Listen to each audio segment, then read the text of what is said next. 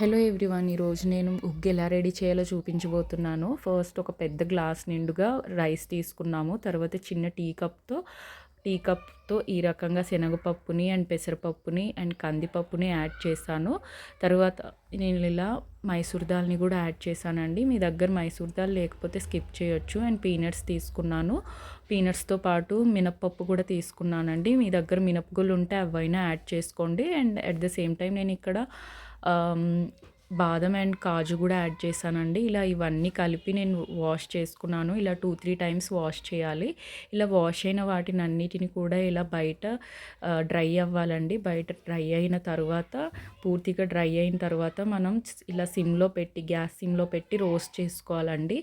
మీరు కావాలంటే ఈ పీనట్స్ అన్నిటిని కూడా వేరుగా రోస్ట్ చేసుకోవచ్చు. ఇలా బాగా రోస్ట్ అయిన తర్వాత మీరు కొంచెం జీలకర్రని కొంచెం వాముని యాడ్ చేసుకోండి. ఇలా యాడ్ అయిన తర్వాత కొంచెం చల్లారాక మీరు మిక్సీ జార్లోకి తీసుకోండి. ఇలా మిక్సీ జార్లోకి తీసుకోవాలండి. కొంచెం కొంచెం ఇలా మిక్సీ జార్లోకి తీసుకొని పౌడర్ ఈ రకంగా చేసుకోవాలి. ఇక్కడ నేను స్మూత్ అయిందా లేదా చూసుకున్నాను. ఇలా స్మూత్ అయిన పౌడర్ని ఎయిర్ టైట్ కంటైనర్స్లో మనం స్టోర్ చేసుకోవాలండి. ఇది చిన్నపిల్లలకి చాలా బలాన్ని ఇచ్చే ఫుడ్.